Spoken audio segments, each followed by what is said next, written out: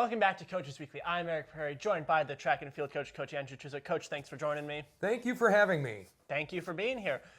Been a productive last 2 weeks for the track and field team. You had your first two outdoor meets of the year. How are you feeling after them? I'm feeling really well. First meet went really well. We had unbelievable weather. The PRs showed it. I think we had in excess of 20 PRs. I know that this last week the weather was less than ideal, and the PRs showed that as well. I'm sure it showed that across the board for many other schools as well. And I am kind of chilled to the bone here as we're talking as well too. Yeah. So, but we are hosting this week. Yep. Friday we're going to be throwing at Ben U for the throwing portion of the track meet.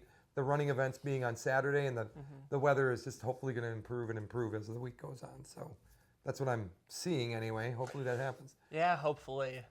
So going back to the first meet, Eve Shelton picked up right where she left off. First place in the 100-meter hurdles, PR in the 200-meter hurdles. Is it nice to see that right away you have athletes that are already performing at a high level? Yeah. We knew things were going to happen really well, and obviously those kind of technical events like that, they work really well with the weather. They suffer with colder weather, but no, it was kind of what we were expecting, and what she was expecting. So yeah, it's nice to see that right off the bat.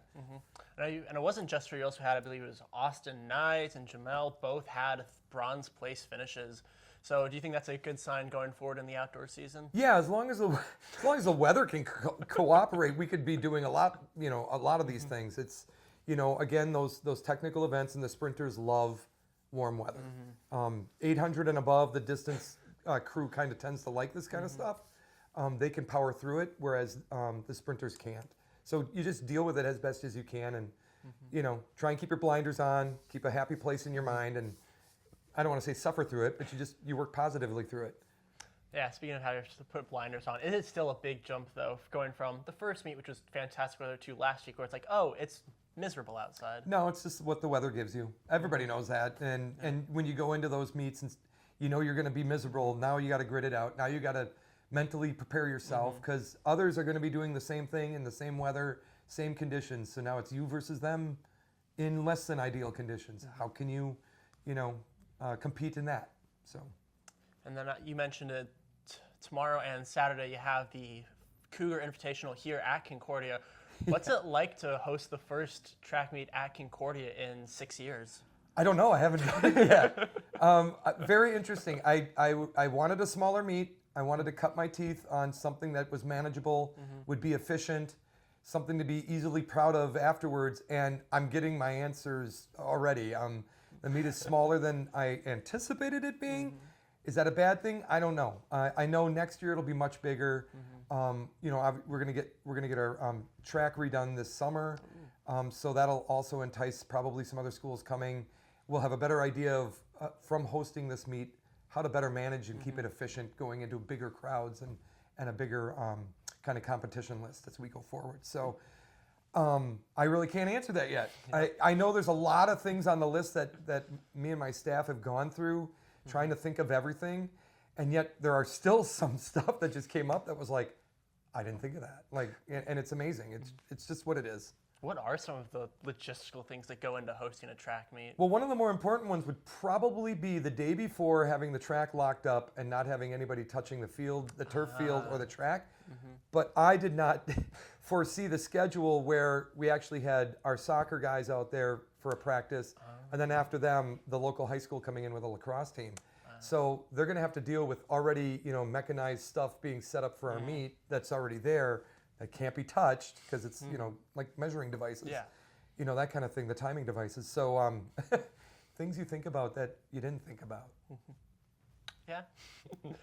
So then in terms of the actual athletes, what are your goals and expectations for the Cougar Invitational? I keep the bar low. Every meet up until now is always basically glorified practice until conference. So this again, we're going to have a little better weather. Should be in the 58s, high 50s. So way better than last week. Not quite the weather we had the first week, which was in the high 60s.